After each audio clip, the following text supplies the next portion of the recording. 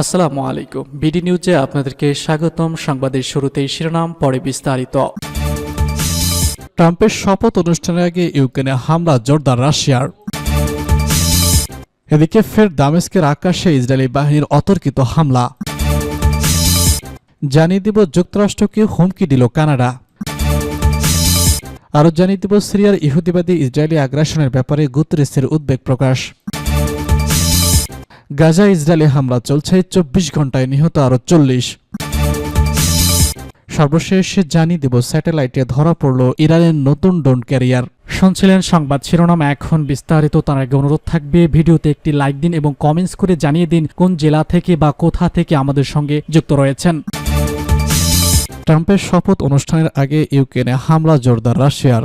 যুক্তরাষ্ট্রের নবনির্বাচিত president Donald ট্রাম্পের শপথ অনুষ্ঠান আগামী 20 জানুয়ারি অনুষ্ঠিত হতে যাচ্ছে। তবে তার আগে ইউক্রেনে হামলার পরিমাণ বাড়িয়ে দিয়েছে রাশিয়ার বাহিনী।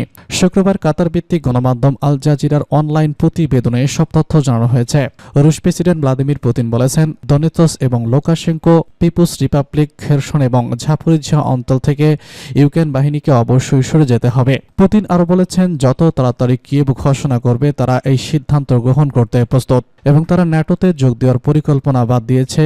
তখনই আমাদের পক্ষ থেকে যুদ্ধবিরতি এবং আলোচনার নির্দেশ আসবে।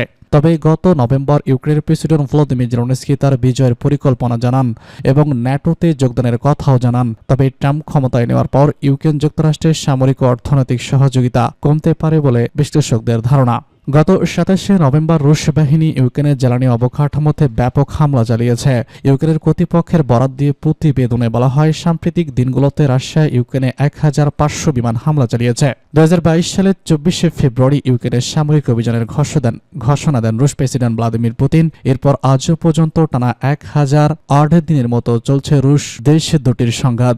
এতে দুই দেশের বহু হতাহতের খবর পাওয়া গেছে। তবে যুদ্ধবন্ধে এখনও পর্যন্ত কোনো লক্ষণ নেই। ফের দামেস্কের কাছে ইসরায়েলি বাহিনীর অতর্কিত হামলা। সিরিয়ার বাশার আল আসাদ সরকারের পতনের পর দেশটিতে একের পর এক হামলা চালিয়ে যাচ্ছে ইসরায়েলি দখলদার বাহিনী। কাতার ভিত্তিক গণমাধ্যম আল জাজিরার লাইভ প্রতিবেদনে বলা হয়েছে, সিরিয়ার রাজধানী দামেস্কে শুক্রবার রাতে বিশাল বিস্ফোরণের শব্দ শোনা গেছে। সিরিয়ার রাজধানী থেকে আল জাজিরার সাংবাদিক রেজুল জোনদান বলেছেন, দামেস্কের কাছে সামরিক স্থাপনা লক্ষ্য করে এবং তার আশেপাশে ইসরায়েল হামলা চালিয়েছে। দেরদাস বলেছেন, দামেস্কের কাছে সিরিয়ান আর্মির 4th ডিভিশন এবং এটি রাডার ব্যাটালিয়ন লক্ষ্য করে বিমান হামলা চালিয়েছে। এর আগে শুক্রবার দামেস্কে এবং সৈদার কাছে অন্তত 6টি সামরিক স্থাপনায় বিমান হামলা চালিয়েছে ইসরায়েল। বিদ্রোহী গোষ্ঠীর ঝড়ো আক্রমণে মাত্র 12 দিনের মধ্যে গত রোববার আসাদ সরকারের পতন হয়। যুক্তরাজ্য ভিত্তিক পর্যবেক্ষক সংস্থা Syrian observatory for human rights জানিয়েছে, বাশার আল আসাদ সরকারের পতনের পর গত বৃহস্পতিবার পর্যন্ত ইসরায়েলি বাহিনী সিরিয়ার 5 শতাধিক হামলা চালিয়েছে। এরপরও হামলা অব্যাহত রেখেছে ইসরায়েলি বাহিনী। হামলার স্থানগুলোর মধ্যে রয়েছে রাজধানী দামেস, হোমস, তার্তাস, পালমিয়া, লিতানিয়া, দেইর আজর মতো শহর। ইসরায়েলি বাহিনী সিরিয়ার যুদ্ধজাহাজ, বিমান ঘাঁটি, সামরিক যান, বিমান বিধ্বংসী অস্ত্র উৎপাদন কারখানা, অস্ত্রাগার সহ বিভিন্ন সামরিক স্থাপনা লক্ষ্য করে হামলা চালাচ্ছে। যুক্তরাষ্ট্রকে হুমকি দিল কানাডা। ক্ষমতা গ্রহণের আগে প্রতিবেশী কানাডার সঙ্গে যুদ্ধে জড়িয়ে পড়ার হুমকি দিয়েছে নবনির্বাচিত প্রেসিডেন্ট ডোনাল্ড ট্রাম্প। এখানেই থেমে থাকেনি তিনি, দেশটিকে যুক্তরাষ্ট্রের 51তম অঙ্গরাজ্য বাড়ানোর ইচ্ছাও প্রকাশ করেছেন খোদ কানাডার প্রধানমন্ত্রীর সামনে। এবার ট্রাম্পের এমন বেপরোয়া মন্তব্যের প্রতিক্রিয়া দেখালো অটোয়া। কানাডা ইঙ্গিত দিল পরাশক্তি দেশটিকে চাপে ফেলার। বুধবার কানাডার বৃহত্তম জোট অ্যান্ডিরোর সরকার প্রধান এবং লর্ড এমনটা জানান। তিনি বলেছেন, মিশিগান, নিউইয়র্ক, জাস্টিন এবং ইউকনসিন যে বিদ্যুৎ রপ্তানি করা হয় তা বন্ধ করে দেওয়া হবে। ফর্ডার জানান, যুক্তরাষ্ট্র যদি কানাডার পণ্যের উপর তার প্রথম দিক থেকেই 25% শুল্ক আরোপ করেন তবে হাতে থাকা সব কৌশলই ব্যবহার করবে কানাডা। অটোয়া রাজ্যের এই কর্মকর্তা জানান, যুক্তরাষ্ট্রের সিদ্ধান্তের ফলে কানাডার লোকজন ক্ষতিগ্রস্ত হবে, তবে তিনি নিশ্চিত করতে চান একই প্রতিক্রিয়া আমেরিকাও পাবে। ইউএস এনার্জি কর্পোরেশন অ্যাডমিনিস্ট্রেশনের তথ্য অনুসারে গত বছর যুক্তরাষ্ট্র 38.9 বিলিয়ন মেগাওয়াট বিদ্যুৎ আমদানি করেছে। এর মাধ্যমে 33.2 বিলিয়ন মেগাওয়াট আমদানি করেছে কানাডা থেকে, যদিও এটি যুক্তরাষ্ট্রের বার্ষিক বিদ্যুৎ সরবরাহের মাত্র 1%। সিরিয়া ইহুদিবাদী ইসরায়েলি আগ্রাসনের ব্যাপারে গুতেরেসের উদ্বেগ প্রকাশ। সিরিয়ার সার্বভৌমত্ব ও ভৌগোলিক অখণ্ডতার বিরুদ্ধে ইহুদিবাদী ইসরায়েলের ভয়াবহ আগ্রাসনের নিন্দা জানিয়েছেন জাতিসংঘ মহাসচিব অ্যান্তনিও গুতেরেস। মহাসচিবের মুখপাত্র স্টিফেন ডুজারিক এই তথ্য জানিয়ে বলেছেন, গুতেরেস সিরিয়ার বিরুদ্ধে মাত্রাতিরিক্ত আগ্রাসনের ব্যাপারে গভীর উদ্বেগ প্রকাশ করেছেন। তিনি নিউ ইয়র্কে সাংবাদিকদের জানান, সিরিয়ার বহু স্থানে ইসরায়েলের শত শত বিমান হামলার ব্যাপারে বিশেষভাবে মর্মাহত হয়েছে জাতিসংঘের মহাসচিব। সিরিয়ার প্রতি ফ্রন্টের সংঘাত বন্ধ করার জরুরি প্রয়োজনের উপর গুরুত্ব আরোপ করেছেন তিনি। অ্যান্তনিও গুতেরেস এমন সময় এই উদ্বেগ জানালেন যখন গত সপ্তাহে প্রেসিডেন্ট বাশার আল আসাদ সরকারের পতনের পর ইহুদিবাদী ইসরায়েলি সিরিয়ার গুরুত্বপূর্ণ সামরিক ও বেসামরিক স্থাপনার উপর প্রায় 500 বিমান হামলা চালিয়েছে।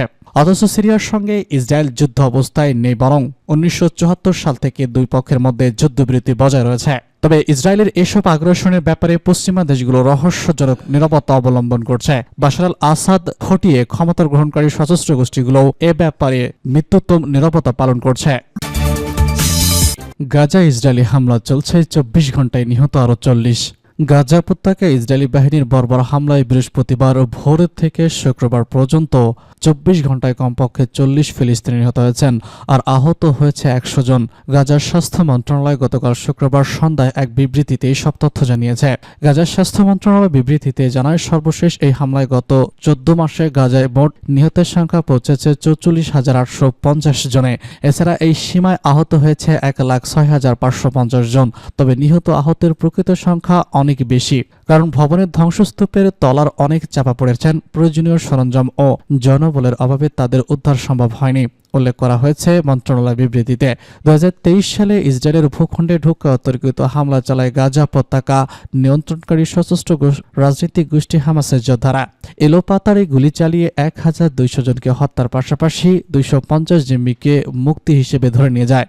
জিম্মিদের মুক্তি করতে ওই দিন থেকেই গাজায় অভিযান শুরু করে ইসরায়েলি বাহিনী। এখনও সে হামলা চলছে। জাতিসংঘ আন্তর্জাতিক সম্প্রদায়ের পক্ষ থেকে এখনও পর্যন্ত বেশ কয়েকবার গাজা ইসরায়েলি অভিযান বন্ধের জন্য ইসরায়েলের প্রতি বেনিয়ামিন নেতানিয়াহুকে আহ্বান জানানো হয়েছে। ইতিমধ্যে জাতিসংঘের আদালতে নামে পরিচিত ন্যাশনাল কোর্ট অব জাস্টিসে ইসরায়েলের বিরুদ্ধে গণহত্যার মামলাও দায়ের করা হয়েছে। তবে নেতানিয়াহু স্পষ্টভাবে জানিয়েছেন, হামাসকে পুরোপুরি দুর্বল ও অকার্যকর করা এবং জিম্মিদের মুক্তি করার আগ পর্যন্ত অভিযান চলবে গাজায়। স্যাটেলাইটে ধরা পড়ল ইরানের নতুন ড্রোন ক্যারিয়ার। স্যাটেলাইটে ধরা পড়ল ইরানের নতুন ড্রোনবাহী রণতরী শহীদ ভাগরি নামের এই ড্রোন ক্যারিয়ারটি ইরানের নৌঘাটির ঘাঁটি বন্দর আব্বাসের কাছে দেখা মিলছে। ম্যাক্সাস স্যাটেলাইট থেকে তোলা ছবিতে দেখা গেছে, কন্টেইনারবাহী জাহাজকে পরিবর্তন করে ক্যারিয়ার এমনভাবে নির্ধারণ করা হয়েছে যেন তার ড্রোন উড্ডয়ন বা অবতরণের সক্ষম হয়। এটিকে দেখতে অনেকটা বিমানবাহী রণতরীর মতোই লাগে। এর উপরিভাগে একটি স্কিপ যান রণতরীর যে অংশটুকু ক্রমে উপরে উঠে যায় বিমান বা ড্রোনকে উড্ডয়ন করতে সহায়তা করে। এই script jumped short take off carrier জাস্টিন রিকভারি প্রযুক্তির বিমানবাহী রণতরীর মতো দেখতে হলেও ছোট রানওয়ে দেখে ধারণা করা যায় এটি শুধু ড্রোন এবং হেলিকপ্টার ও ড্রোনের জন্য ব্যবহৃত হতে পারে। ধারণা করা হচ্ছে এই সামরিক ড্রোন ক্যারিয়ারটি গত নভেম্বরের শেষ দিকে বন্দর আব্বাসের নিকটবর্তী ইরান শিল্পাওয়ার অ্যান্ড কর্পের ইন্ডাস্ট্রিজ নেটওয়ার্ক থেকে বেরিয়ে প্রথম পরীক্ষায় বা সি ট্রায়ালে অংশ নিয়েছে। ইরানের বাকি দুই ড্রোন ক্যারিয়ার শহীদ মাহদাবি এবং শহীদ রোদাকি স্যাটেলাইট চিত্রেও ধরা পড়েছে। এগুলো আগে বাণিজ্যিক জাহাজ ছিল, পরে একইভাবে সামরিক কাজে ব্যবহারযোগ্য করা হয়েছে। জাহাজ দুটিও কাছাকাছি নোঙর করা ছিল। এই ড্রোনগুলো ক্যারিয়ারগুলোর মাধ্যমে ইরানি নৌবাহিনী মনুষ্যবিহীন আকাশযানগুলো যুদ্ধক্ষেত্রের আরও কাছে নিয়ে যেতে পারবে। পশ্চিমা নিষেধাজ্ঞা বহু বছর পরও ইরান নিজস্ব অস্ত্র ড্রোন তৈরি করছে। এই ড্রোন অঞ্চলের বিভিন্ন যুদ্ধক্ষেত্রে এবং ইউরোপেরও ছড়িয়ে পড়েছে। ইউক্রেনের বিরুদ্ধে রাশিয়ানরা ব্যাপকভাবে ইরানের শাহেদ ড্রোন ব্যবহার করছে।